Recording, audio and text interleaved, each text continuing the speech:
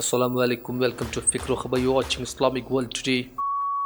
40 Palestinians injured in West Bank clashes. 16-year-old wounded with live bullets in back as Israeli forces fired tear gas to disperse protesters. Syria issues never adventure for Turkey. ERDOGAN. He further said Turkey is not in Syria for oil and land, but to secure its borders.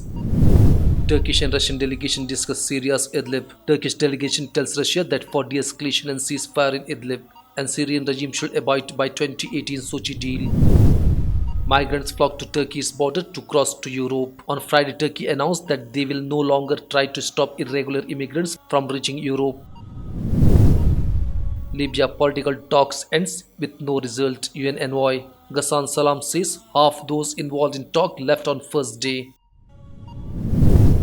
Somalia wants Kenya to stay out of its internal affairs. Tension between two countries rose in March last year over an oil and gas-rich area in Indian Ocean. Malaysia King appoints MUHYIDDIN YASSIN as new premier. King's decision dashes hopes of interim premier Mahathir Mohamad. US and Afghan Taliban inks historic peace deal. Deal signed in Doha sets turn for withdrawal of foreign troops and intra-Afghan dialogue and ceasefire.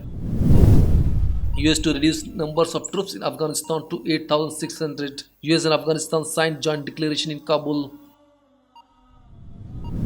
Bangladeshi government urged to withdraw Modi invitation. Protesters in Bangladesh capital call on the government to cancel invitation to Indian premier due to recent violence in Delhi. Indonesia condemns anti-Muslim violence in India. Indonesian Minister Razi urged New Delhi to protect Muslims, not to harm them over differences in faith. India, stories of communal harmony continued amid riots. As death toll rises in Delhi, those from different religions comes together to help each other. You can find latest and lot more on fikrokhbar.com/English.